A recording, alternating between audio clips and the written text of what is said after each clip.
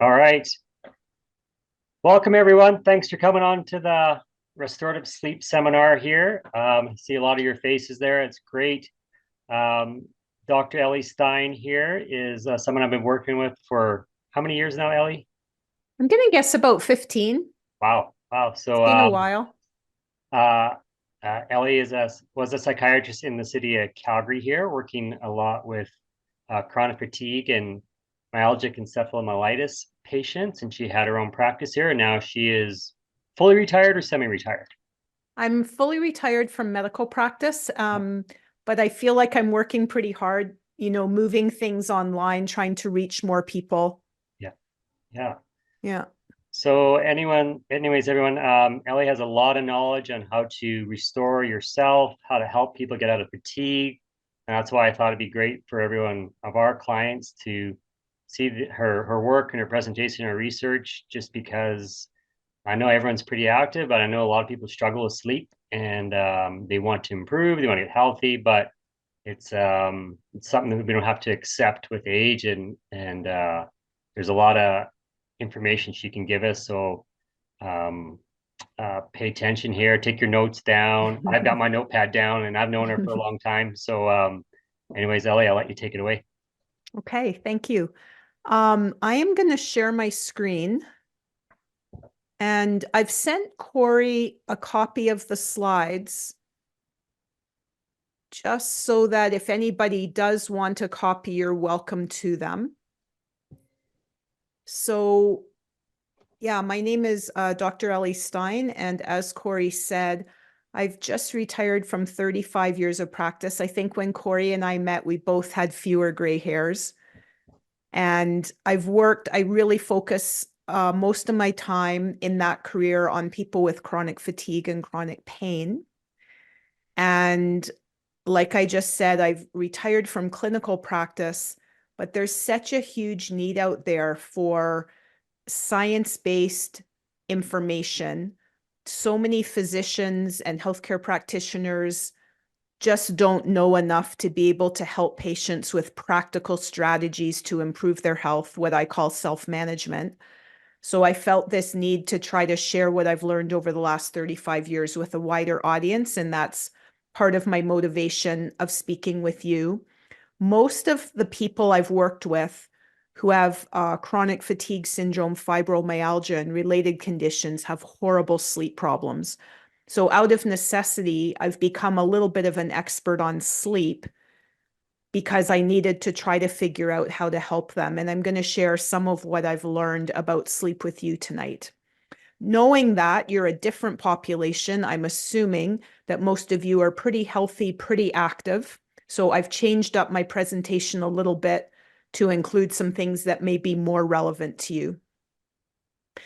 So this is what we're going to cover: why we don't get enough sleep, the consequences of insufficient sleep, which are actually pretty horrifying. The main part of the talk is going to be how to optimize sleep and increase refreshment. And then I have a couple add-ons at the end, which may be of interest to some of you: how to manage jet lag and how to help children and adolescents get enough sleep. So one of the gurus in the field of sleep, at least in the public arena, is Professor Matthew Walker. I believe he's at Berkeley. He's got his own podcast, which is a short format podcast. So you can go in and listen to little 10 to 15 minute snippets of different aspects of sleep. And he describes sleep as the greatest life support system you could ever wish for. And I really agree with him. Virtually every aspect of our health and our fitness depends on sleep. And the things you can do to improve your sleep, for the most part, are free and things you can do yourself and don't involve medication. Oh, right. I just wanted to say, so as you're listening, if questions arise, put them in the chat. I'm hoping to keep the presentation to 40 minutes max and leave about 20 minutes for questions. So I'm going to just start at the beginning, not knowing kind of how much people know about sleep. So some of you know we call sleep stages. sleep is divided into stages 1, 2, 3, 4, and then REM sleep. So stage 1 is that the few minutes where you're moving from wakefulness to sleep. It's very, very short. You then move into stage 2, which is called light sleep. And that actually comprises about 50% of our total sleep time. If you're lucky and maybe not too old, you're then going to drop into what we call deep sleep, which is stages 3 and 4. And that should comprise about 25% of the total night sleep time. So in the ideal scenario where someone's getting 8 hours of sleep, you would hope to get 1.5 to 2 hours of deep sleep. Then there's kind of this competing brain waves between moving into deep sleep, which is the slowest brain waves, and everything in the body is at its most calm and relaxed. So we could say the parasympathetic nervous system or the vagus nerve is at its peak during deep sleep. And then you've got these periods of REM sleep, which stands for rapid eye movement or dreaming sleep. And our first REM period is usually about 90 minutes into the night. And then we cycle into it every 90 minutes for the rest of the night. And as we progress through the night, the periods of deep sleep get shorter and shorter, and the periods of REM sleep get longer. And the total REM sleep should also be about 25% of the total sleep time. So this would be an ideal sleep, right? 8 hours, 5 cycles of 90 minutes. Unfortunately, with age, things go a little bit sideways. So you can see in this image, babies get a ton of sleep. They're sleeping most of the time. What most people don't know is that children and teens need about the same amount of sleep, right? This almost never happens in real life. We know children need a lot of sleep, and everybody puts them to bed at like 7 or 8 o'clock. Have you ever met a teenager that goes to bed at 8 o'clock? I don't think so. Yet biologically, they need the same amount of sleep, that 9 to 10 hours a night. As we move into adulthood, our sleep need goes a little tiny bit down. But as we age, I don't think our need goes down, but our capacity to sleep goes down. And that decreased sleep, unfortunately, contributes to some of the hallmarks of aging. So I'm going to just talk a little bit about trackers because I'm sure almost everyone on this call owns and uses a tracker if you're hanging out with Corey. So the total sleep time is one of the things you want to look for on your tracker. And the ideal number there is between 7 and 9 hours. When they do research in sleep and they talk about getting enough or not getting enough sleep, the usual dividing line is at about 7 hours. The other number that's really important is something called sleep efficiency. So that means how much of the time that you're lying in bed are you actually asleep? And you want that number to be above 85%. And most sleep trackers will give you that number. Then, as I mentioned, you want to see how much deep sleep and how much REM sleep you're getting. But I need to tell you that according to sleep experts, and I just recently talked with one, he said that the sleep trackers are not very accurate. They claim to be, but they're really not. So you can be extremely misled if you're looking at those, the finer gradations of what type of sleep stage you're in. He said if you're a pretty good sleeper, those numbers are more accurate. But if you're someone who isn't a good sleeper, for example, who has insomnia or some kind of sleep disorder, they're very low accuracy, and really you shouldn't put too much weight in them. Now, 2 other measures that are worth looking at on your tracker. One is your lowest heart rate overnight. Most trackers give you that number. You can see on the left-hand side, the heart rate kind of dips, and you have this nadir, and it should be, this is a little bit late. It should be a little bit early, closer to 3 a.m. And then it starts coming back up again as cortisol kicks in and your body is preparing for the day. So you should see this kind of U-shaped heart rate curve overnight, with your lowest heart rate being in the 40s, believe it or not, because we often think our resting heart rate is in the 50s or 60s. And that's true when we're awake, but when we're asleep, our muscles aren't using any blood, and so our heart doesn't have to beat as fast. So a low heart rate in the 40s is actually a sign of pretty good health.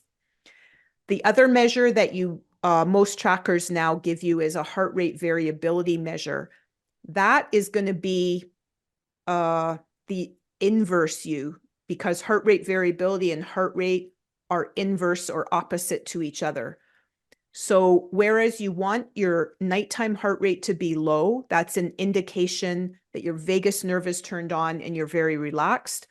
You want your heart rate variability to be high, and you want the peak to be at around 3 a.m. at the exact same time that your heart rate is reaching its lowest number.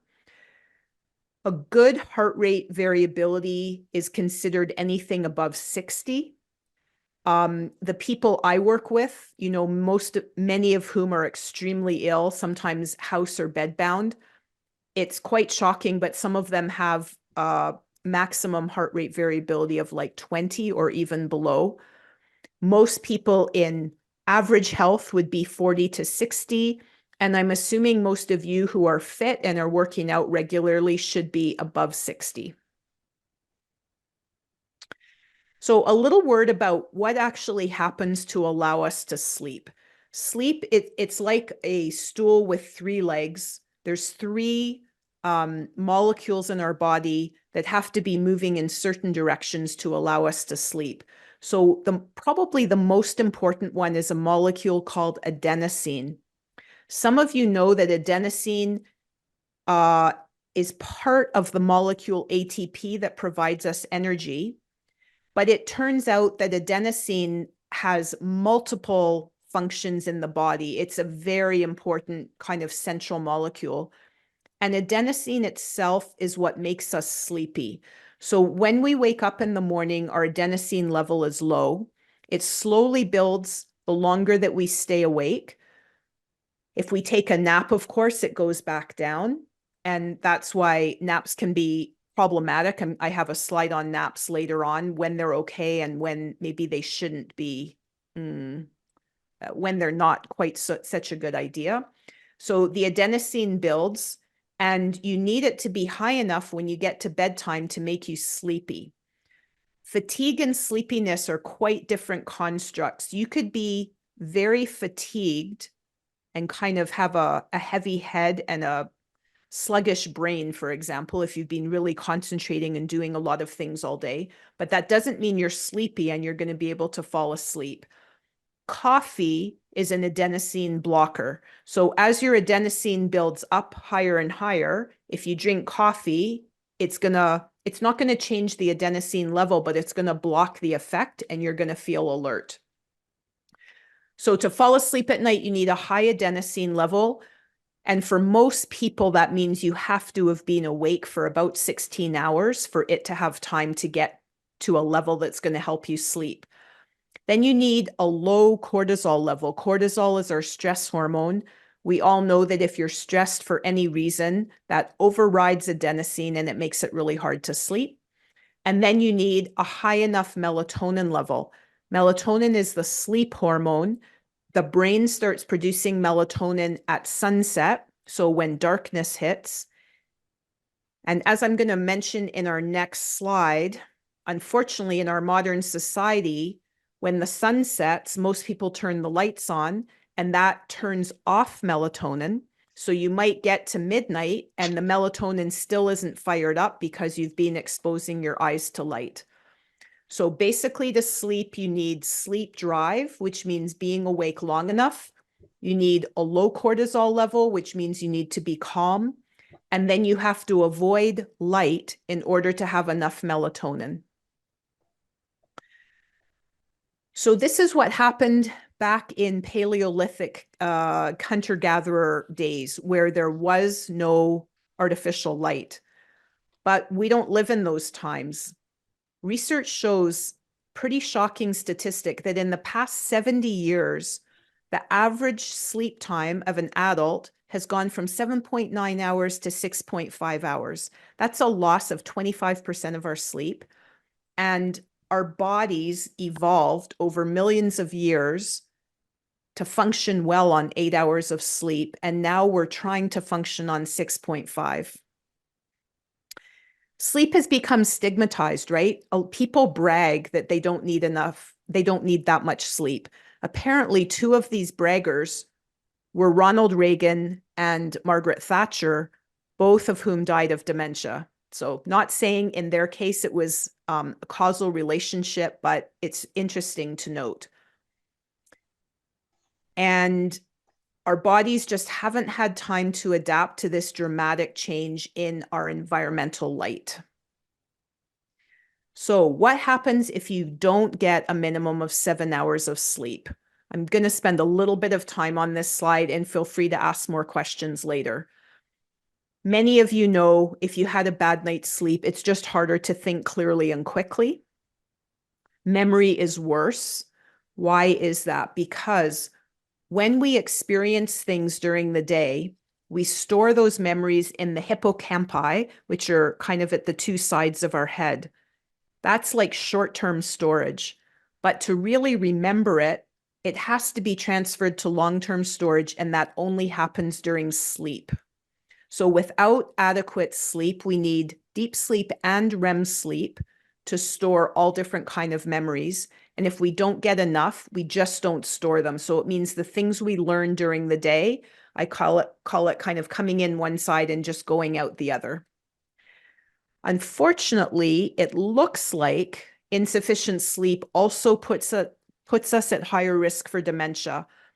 It's hard to know if this is a correlation or a causation, because of course you can't do the experiment. It's unethical to take two groups of people and prevent one group from sleeping, because we know like no study like that would ever get ethics approval, because we know the negative effects. So all of the research showing the connection between decreased sleep and dementia is kind of epidemiological, right? They measure large groups of people, they try to measure how much sleep they're getting, and then they follow them over time and they see how many of those people get dementia. If you don't get enough sleep, it messes up your metabolism. So what happens is the leptin, which is the fullness hormone, and ghrelin, which is the hunger hormone, get messed up. And therefore, we feel hungrier than we should based on how much we've eaten. Our blood sugar goes up, we don't take up as much blood sugar into our muscles. And so there's a higher risk of obesity, diabetes, and something called metabolic syndrome, which is a low HDL, so a low good cholesterol, a high triglyceride or fat level, high blood sugar, central obesity, and high blood pressure. So all of those things are more common in people with poor sleep. Believe it or not, even something like infertility. So they've done studies in men and women showing that men and women who get between 5 and 6 hours sleep a night have significant infertility problems, because for men, the testosterone levels go down, and for women, luteinizing hormone, which is the hormone that leads to the release of eggs, that goes down. And so there's infertility in both genders. The risk of cancer goes up because sleep is really critical for our immune system. Our immune system is constantly surveilling the body, looking for problems, including mutations that lead to cancer. And so if the immune system isn't working properly, the rate of cancer goes up. Decreased physical performance. So there's research showing that if you got less than, can't remember if it's 6 or 7 hours of sleep, your muscles fatigue 30% sooner. So that's very significant, right? If you're trying to increase your fitness level. I've already mentioned the decreased immune function, and decreased sleep for one night changes the expression of over 700 genes. And the genes the good genes are turned off and the bad genes are turned on, and it results in increased inflammation. So this is just a snapshot just to get your attention so that you'll be more motivated when I start sharing some of the strategies. As Corey was saying before we started recording, it's one thing to know what might help. It's another thing to become willing to make changes in habits that we've maybe had for years. So I'm very aware as a psychiatrist how hard it is to change behavior. So the bad news is, for those of us who haven't been getting enough sleep, we can't really make up for that. The effects on the body have already occurred, but it's never too late to start changes to improve the future. So the 4 pillars of good sleep are to have consistent timing of sleep, and I'm going to go into that in some depth. So we call that our body clock or our circadian rhythm. The more regular we are with our daily habits, the better the body functions. We want to have continuous sleep rather than broken sleep. We want to have enough sleep. Like I've already mentioned, the 7 to 9 hours is considered ideal. And then we want to have good quality sleep, meaning we want to have enough deep sleep and enough REM sleep, because that's when our brain executes really significant functions. So for example, the reason insufficient sleep may put people at risk for dementia is because when we're in deep sleep, a newly discovered feature called the glymphatic system goes into action, and it doesn't function at any other time. And the glymphatic system is what helps the brain get rid of metabolic garbage, including the molecules that are implicated in dementia. So if we're not getting enough good quality deep sleep, we can't get those misfolded proteins out of our brain, and they may build up and be related to dementia. That's a whole other talk about whether they actually cause dementia, but they're definitely a marker. So a quick note before I tell you the things that have been proven to be helpful, I'm just going to mention a quick word about sleeping medication. Unfortunately, even though sleeping medication generally helps people lose consciousness and think they're asleep, it doesn't produce a natural sleep. And also, unfortunately, and I was pretty shocked when I read this because I've been on sleeping medication for many years and I've prescribed a lot of it. My patients have horrible sleep problems. And it's very disappointing to hear that most sleeping medications are associated with higher risk of death from all causes. So from cancer, from heart disease, and maybe from dementia. And I read a study just in the last couple of weeks suggesting that maybe some sleeping medications actually unwire the new learning. So I mentioned how we have experiences during the day. We want to remember those experiences. It gets hardwired in long-term storage overnight. And it looks like some sleep medication may actually unwire those new memories. And Dr. Walker talks about being not conscious isn't the same as sleep. Sleep is a very kind of complicated process, and medication is very simplistic, and it just makes us lose consciousness, but it doesn't help us achieve all of the goals that we need to accomplish during sleep. So unfortunately, although sometimes medication is necessary because some people's sleep problems are so severe, in general, it's a last option to try after you've tried everything else. And the everything else is what I'm going to spend the rest of the time talking about. So I'm going to start with circadian rhythm, keeping a consistent schedule. This is so cool. So every organ in our body, every cell in our body, and every gene in every cell, so you can imagine we're in the trillions of items here, has its own inner clock. So every organ has its own clock, like the digestive system has a clock that turns it on during the day. That's when it's expecting to get food. Other things turn on at night because that's when they're repairing, for example. So how can we use circadian rhythm to our benefit? So I'm going to talk about 4 ways that we can influence and stabilize our body clock. The most powerful tool is light. The light has to be to your eyes. So you have to be outside in the sun with your eyes open without sunglasses on. If you're doing that at night or exposing your eyes to bright light at night, that's going to be problematic because you're going to turn off melatonin. And a recent study I just read said that exposure to light in the middle of the night is strongly connected with mental health problems. So the risk of mental health problems goes up by something like 50% in people that are up in the middle of the night with the lights on. So it's very impactful. So the recommendation here to optimize our exposure to light is to get outside every morning for at least 10 minutes within 1 hour of sunrise with your eyes open and with sunglasses off. If you have an indoor job, try to get out for at least an hour sometime during the day, ideally around noon. So going for a walk at lunch, a walk or a run at lunch would meet that criteria. And then equally as important, avoid blue light in the evening. So that's any bright light and especially the light from screens. I'm sure most of you are aware there's these very attractive orange blue blocking glasses. I have a few pairs in my house and I wear them when I watch TV at night. And it does make a difference for me at least.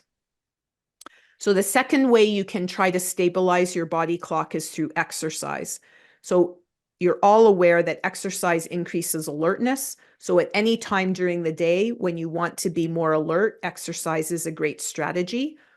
And if you want to increase calm, that happens after the exercise when your body's kind of recovering, let's say. So regular physical activity helps the body clock be stable, helps you be more alert during the day, sleep better at night, reduces appetite, and increases glucose uptake by the muscles, so it improves metabolism. It also does things like increases strength and endurance. It increases the lubricant in our aging joints. It increases bone health. I'm sure you guys all know this. And it even increases coordination. So if you sleep better, you're going to be more coordinated, say if you're playing sports. Now, after light, eating is the next most powerful tool to let our body know when it's day and when it's night.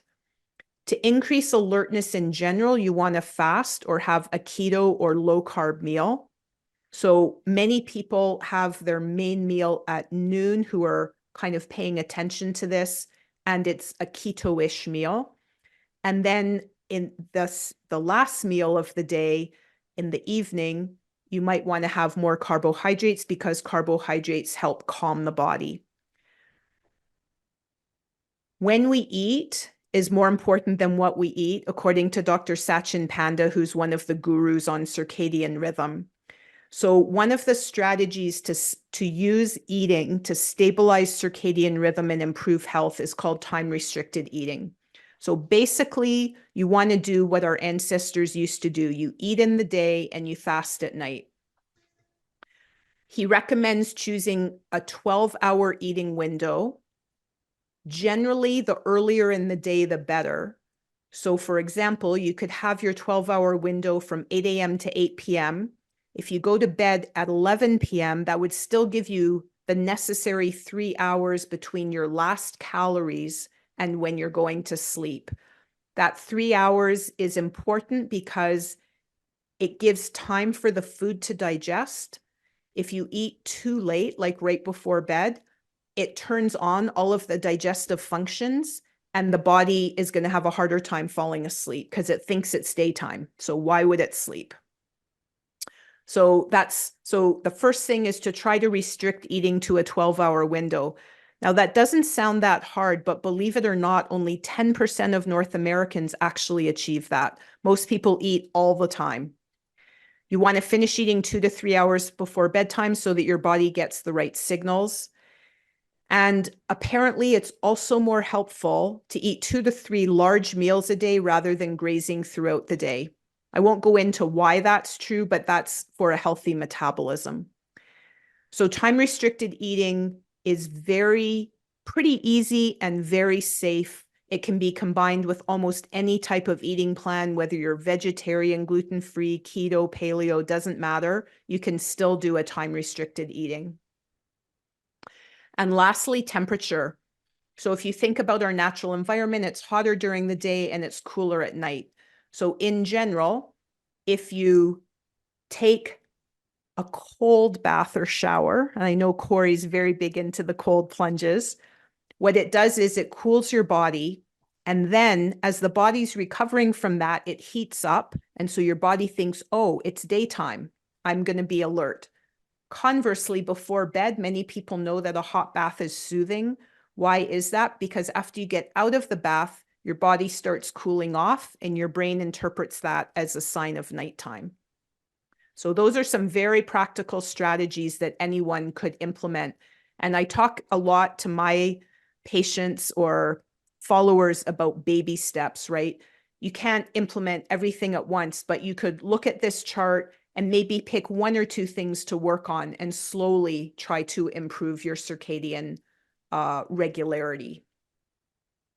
And if you want help, there's a free app developed by Dr. Panda. Really a great tool. It gives you enter all of the things like when you're sleeping, when you're eating, when you're exercising, and it gives you feedback and advice on how to improve. So the last section here is something called cognitive behavior therapy for insomnia. This is a first-line treatment. It has hundreds, maybe even thousands of studies over the last 30 years showing that it's effective in a wide range of insomnia problems. There's 4 components, and I have a slide on each one. So the first one is to reverse unconscious conditioning, to restrict time in bed to increase sleep efficiency, that continuity of sleep that I talked about, calm the mind and the body to lower cortisol so that you're more able to fall asleep. And for some people, examining sleep-related worries, because if you have beliefs about how problematic your sleep is, it's going to increase your anxiety and it's actually going to prevent you from sleeping. So it's kind of a self-fulfilling prophecy. So what do I mean by unconscious conditioning? The way our brain works because of neuroplasticity is that anytime 2 things happen at the same time, the brain wires them together thinking that they must be connected even if they aren't. So in Pavlov's dogs, you remember that he fed them food and he rang the bell. And after a while, he rang the bell and the dog salivated even in the absence of food. So what happens to us is our sleep gets disrupted for some reason. We have a stress, we have an illness, we have a young child, etc. And we start lying in bed awake and our brain goes, oh, I get it. Bed is where we go to toss and turn and think and worry and not sleep. So one of the first strategies of CBTI is to help people reverse that conditioning.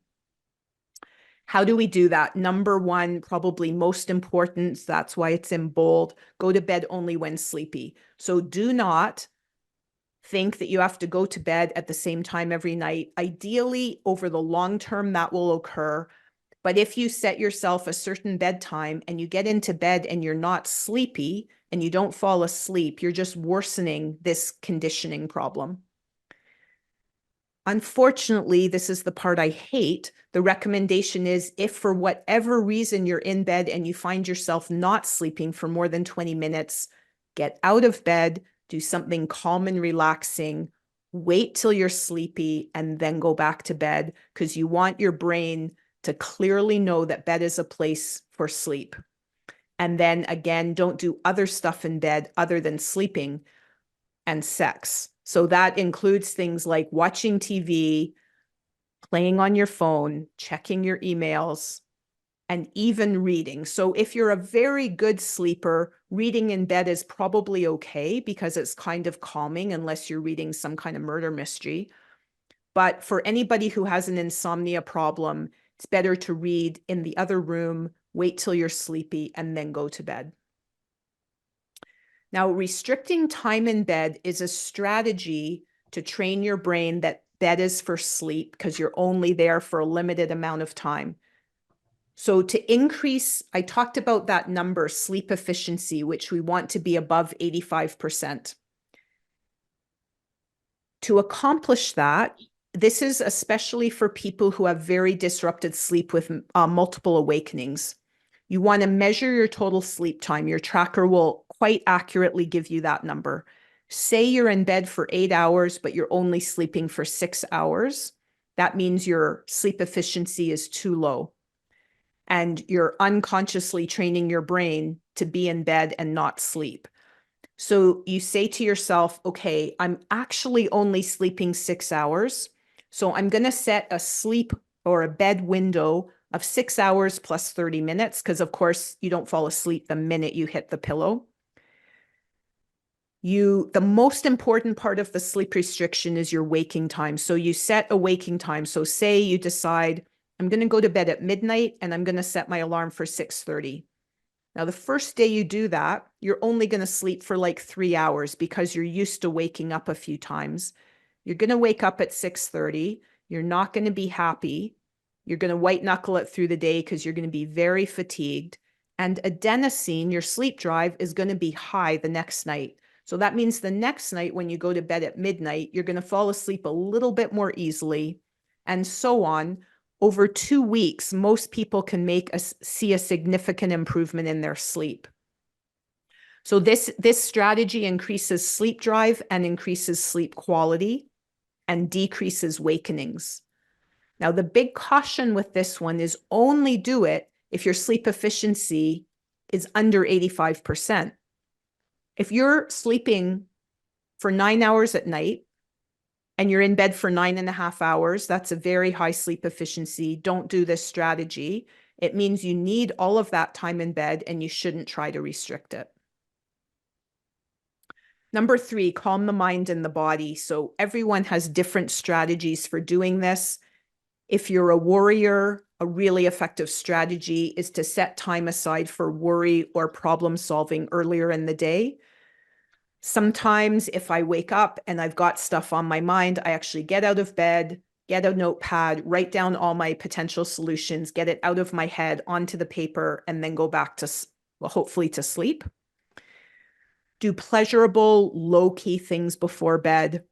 This generally does not involve phones or tablets. So research has been done that part of the reason people on devices is disruptive of sleep is the blue light, but they're actually thinking maybe even a stronger influence is the anxiety associated with the email or the social media that you're checking.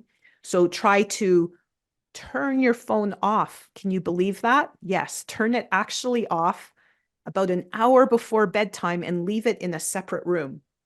Now, I know I'm probably going to get some strongly worded questions about this. I'm only reporting what the research suggests. For some people, mindfulness meditation is helpful. Progressive muscle relaxation or paced breathing, these are all strategies that calm the nervous system. 2 specific tools, there's a paced breathing exercise that Dr. Andrew Weil recommends called 4-7-8. So you breathe in for a count of 4, you hold it for 7, and you exhale at a count of 8. What this does is it lengthens the exhale, that activates the vagus nerve. When the vagus nerve is active, it gives the brain the message that everything is fine. There's no saber-toothed tiger around the corner. So by slowing your breathing, it directly communicates to your brain to relax. And another great tool is HeartMath. It's a biofeedback app which teaches you how to balance the autonomic nervous system and increase heart rate variability. Now, there's always the kernel of truth at the bottom of sleep myths, like if you repeatedly only get 4 hours of sleep for months at a time, this is going to potentially have a negative effect on health. But for one night, it doesn't make that much of a difference. And so if you worry, if you're lying there in bed worrying, oh my gosh, it's 2 in the morning, 3 in the morning, I'm not sleeping, I have to get up at such and such a time, that's going to increase your anxiety and decrease your sleep quality. So letting go of sleep-related worries is actually going to improve your sleep. Some of the common ones are, what if I wake in the night? It's going to have a negative effect. Again, yes, it will over the long term, but not on that particular night. Some people think if they spend more time in bed, even if not sleeping, they're going to feel better the next day.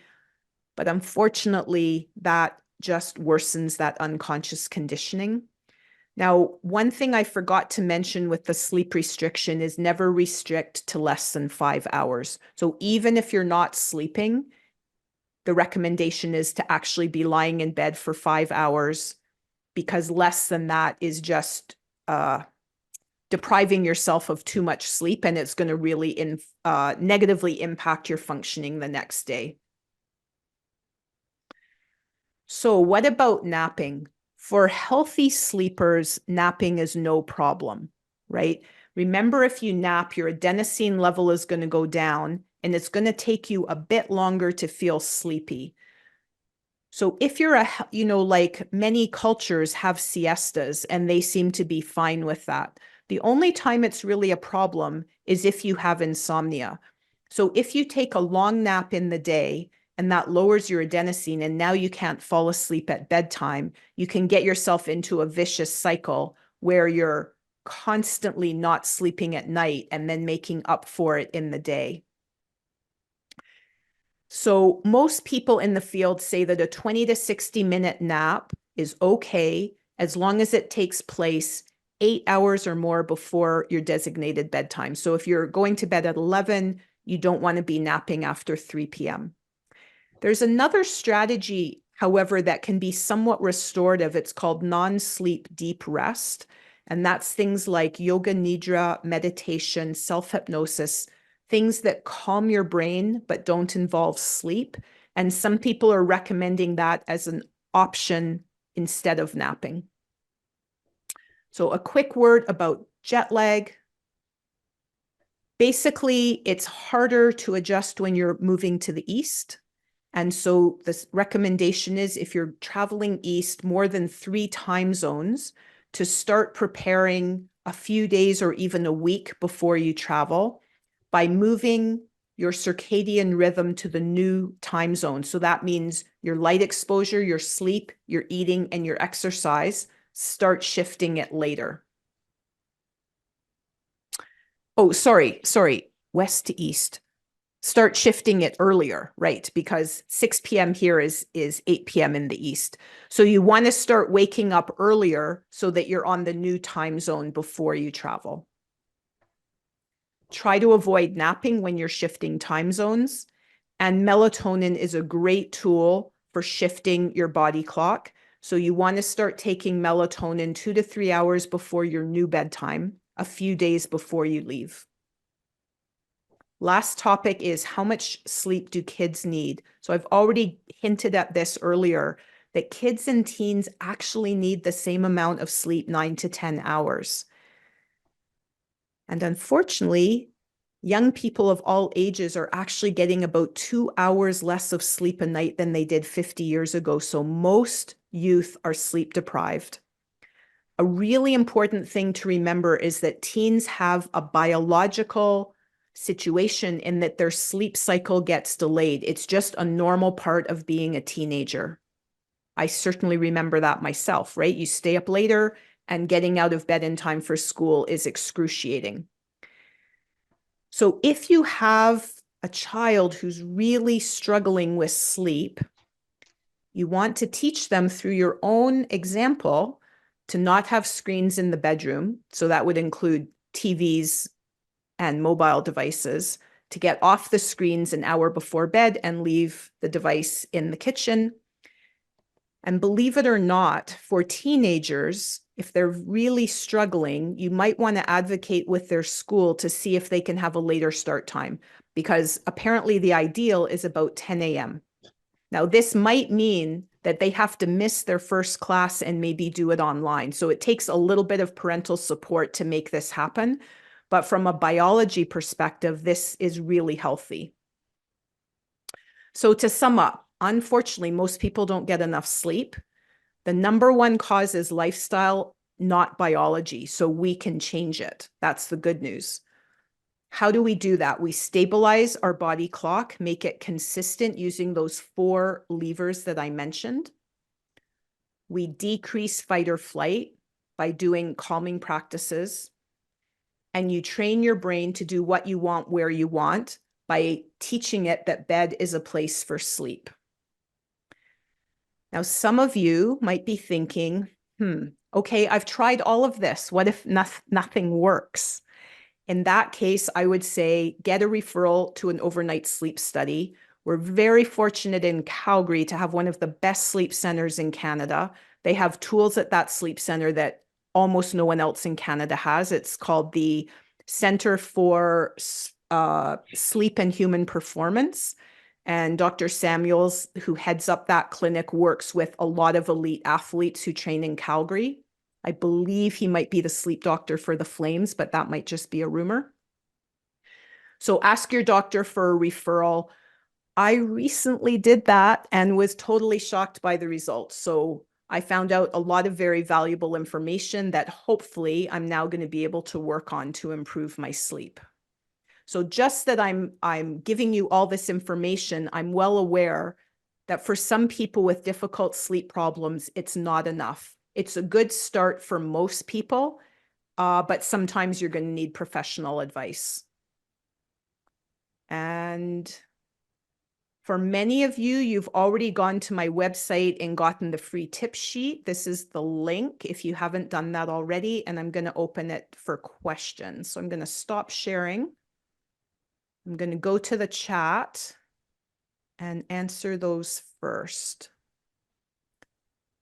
So Corey works us hard on Tuesday evenings and I stress out and I find I can't sleep. Corey, you're the cause of the problem. I'm gonna get him to So, take a shower. huh? I'm gonna get Ian to take a longer shower next time and What avoid. I found myself, and I have an illness history, right? So I got into this field because I came down with chronic fatigue syndrome 35 years ago. So I have a lot of personal experience on trying to solve some of these problems. For myself, I just can't exercise in the evenings. So I swim, I walk, I cycle. Today I went for a cross-country ski, but I try to do it in the morning. That's good for my circadian rhythm. I can push hard knowing that I'm going to fully recover my heart rate by evening. Even sauna. So I have a sauna in my house, which I adore. And I recently tried an evening sauna. It was a total disaster. My heart rate was just really high. At midnight, I was still not sleeping.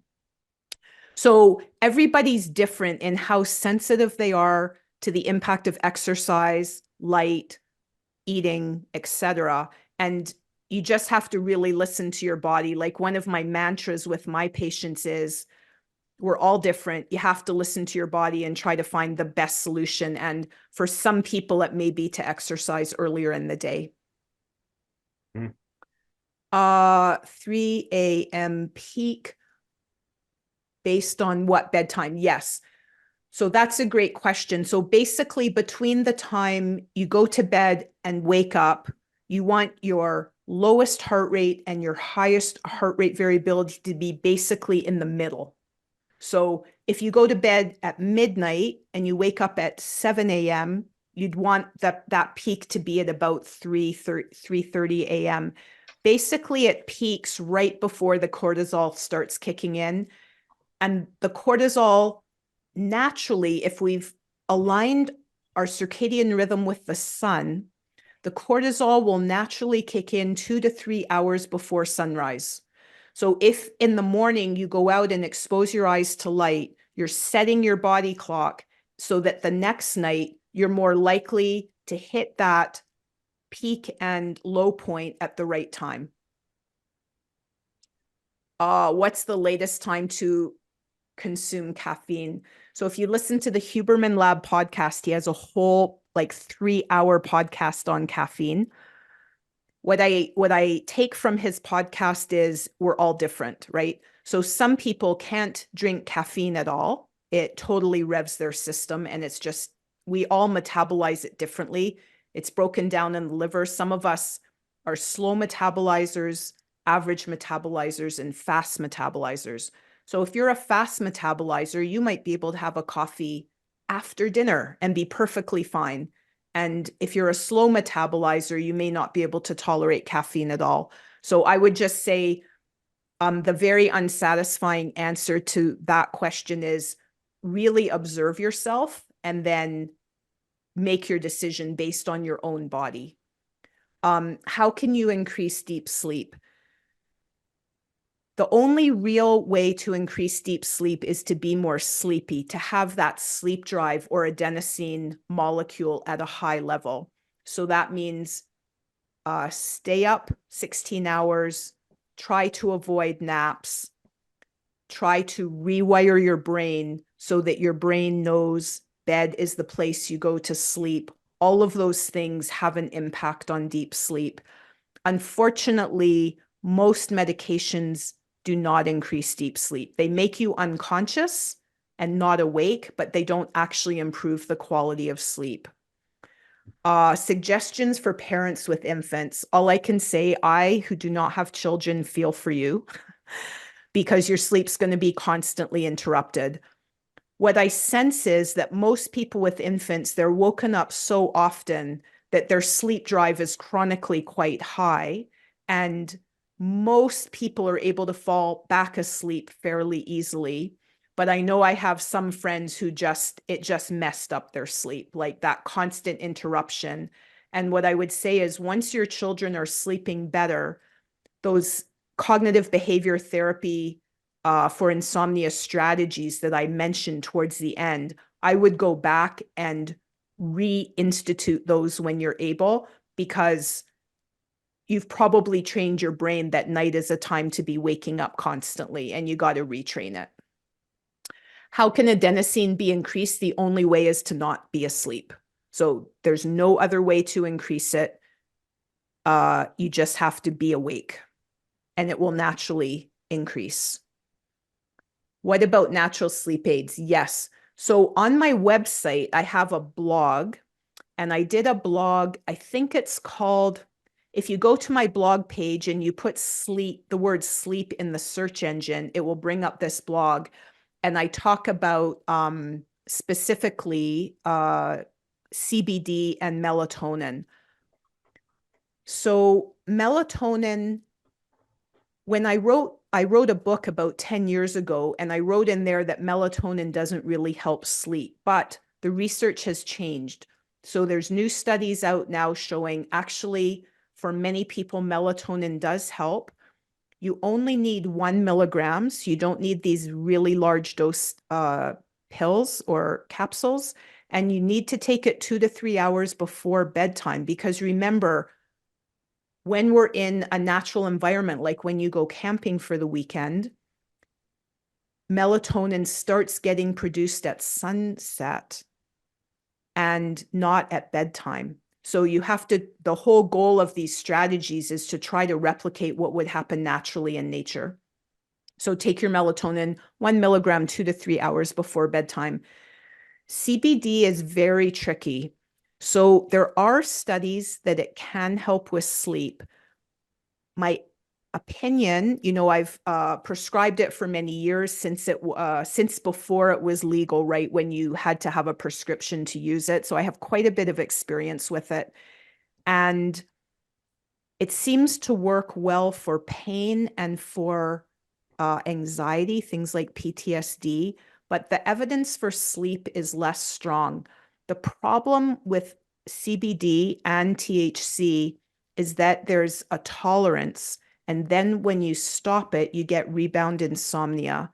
So I myself don't really recommend it for sleep unless the thing that's keeping you up is your pain or your anxiety. And if the CBD helps with that, then it may be indirectly helpful. Yes. Residents working 24-hour shifts. Oh, I have trauma from those days. So, Dr. Panda, the circadian rhythm guru, he lives in San Diego. He did a study with the San Diego Fire Department. They all work shifts. He wanted to see whether helping them stay on the same time restricted eating schedule would help their health, even though some days they're working and some days they're not. So when you're working shifts, you can't really expose your eyes to light in a regular way because sometimes you're working during the sunrise and sometimes you're not. So he felt, well, maybe eating at regular times would be more possible. And so he recommended the firefighters choose a 12-hour eating window and do it irrespective of whether that was a working day or a day off. And he found very remarkable health benefits in things like markers of heart disease and blood pressure and metabolism and blood sugar levels. Even though firefighters are already super healthy to start with, they got even healthier when they used time restricted eating and they kept their 12-hour windows stable. Why do I have trouble sleeping on days with a hard cardio workout? The workout could have been in the early morning or at noon, but it still seems to affect sleep.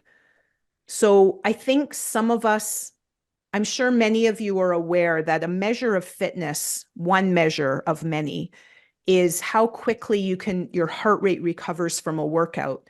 And in general, we're told that a sign of health is if your heart rate recovers within about an hour.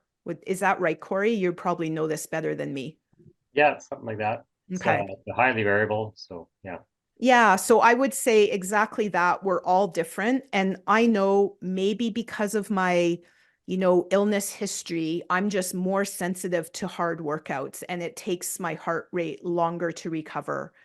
And it's taken me quite a few years to kind of build up to be able to do an intense workout, but I usually do it before noon. Um, so I can't really give a reason other than we're all different. And I just tell people respect your body. You can't fight it. There's a big kind of movement out there to hack our health, right? To try to trick our body somehow to make it do things we want to do that it doesn't really want to do. And I'm a bit skeptical of that approach. I'm more in favor of actually observing our body, having a good understanding of what our body would prefer, and trying to accommodate to our body's needs because our body is what's going to make us healthy. Our body has intrinsic healing capacity. And if we give it what it needs, that healing capacity is going to activate. My most recent blog is on that concept of our innate healing capacity. Do some people have different sleep cycles? Yes. So there's such a thing as chronotypes. I didn't have time to go into that. So you've heard some people are larks, meaning they naturally wake up really early and go to bed early. And some people are night owls. They naturally wake up late and go to bed late.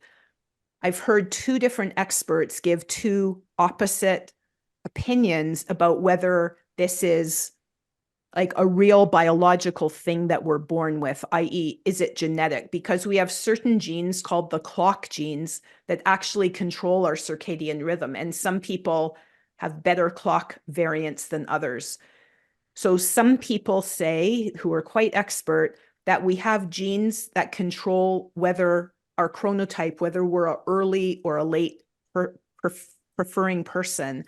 But other people, equally as knowledgeable, say that this isn't true and that it's more a result of our lifestyle choices and our behavior. So I'll leave that one open. Any advice for multi-day ultra events? Okay, just saying I've never done a multi-day ultra event. So Corey, do you want to weigh in on that one? Not sure I have the I mean that qualifications. I love that 12-hour eating window you have. Yeah, I think the ultra events, the issue is that they finish in the afternoon. People are quite hot. Their body's rev, metabolism's high, and there's probably not a lot of work done to calm themselves down. yeah, They're right to the beer, right to their phone, right to lack of hydration. They're starting to, hey, I got a big event again tomorrow. I yeah. start drinking a lot of water at 7, 8 p.m. They're 3, 4 hours behind. That's why I think they get behind the eight ball and get a bit lazy, even though they finished a great day. It's like, hold Yeah. on, you need to get back into your rhythm. And I think it's delayed a lot. Okay. So you would say stay on top of it Yeah. as a strategy. Okay. Magnesium as a sleep aid. So I've actually done a literature search on that very question. And I guess what? I have a blog on my website on magnesium and the different types of magnesium. So again, you can go there, type in magnesium. It gives you kind of an outline of the different types and what they're used for, because some types of magnesium, like magnesium glycinate, is thought to be better for sleep because magnesium calms the muscles and glycine calms the brain. So you kind of have a 2-in-1. Other types of magnesium, like magnesium citrate, are more for to treat constipation, not so helpful for sleep. There's a type of magnesium called magnesium threonate, as opposed to threonate, so very confusing, that's thought to penetrate the blood-brain barrier and get more into the brain. So there's some thought that maybe this type, it's being promoted at a high price, like double or triple the regular price of magnesium, to aid cognitive function. And I would say, there's a chance that that type of magnesium may also be more helpful for sleep. There are some experts out there who say most people are a bit deficient in magnesium, and it would be very acceptable to take up to 1 gram or 1,000 milligrams of magnesium a day. So unless you're very susceptible to diarrhea, which is a side effect of magnesium, it's very safe, and you can really experiment to see if there's a dose up to 1 gram that would help sleep. Yeah. So David, that is such a great question. Does our circadian rhythm adapt to longer summer days and shorter winter days? I honestly have not really found the answer to that question.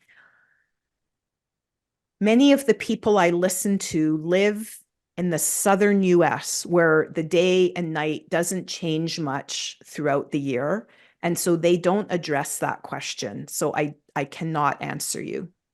We know that in the far north, people sleep way less in the summer than they do in the winter, just kind of naturally without trying. So I think that light exposure must have some effect. Does reading before bedtime help deep sleep? So I think it depends what you're reading and your individual variation. So for me, I find reading helpful because it gets my mind off everything. So for me, it's quite relaxing.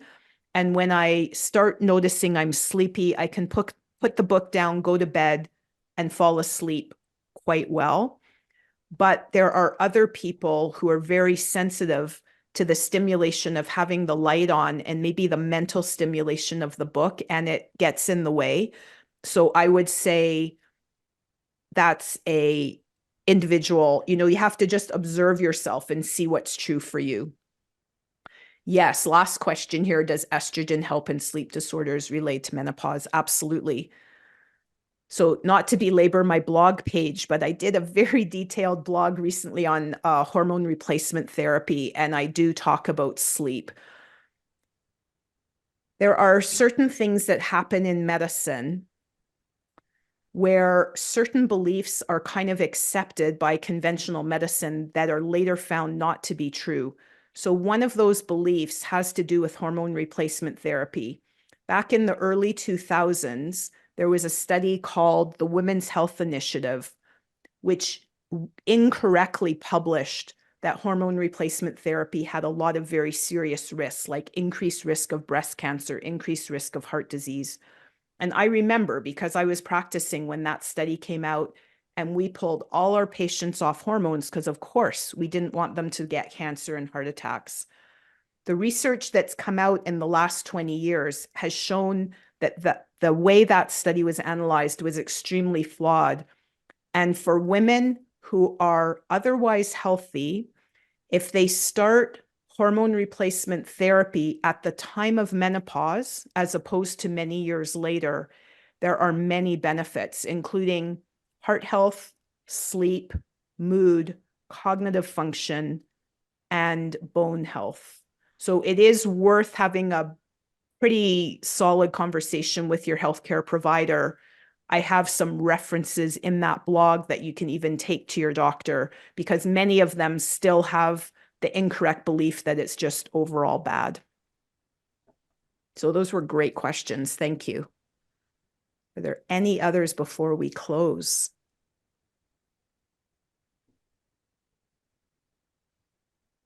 All good. Oh, that's fantastic, Ellie.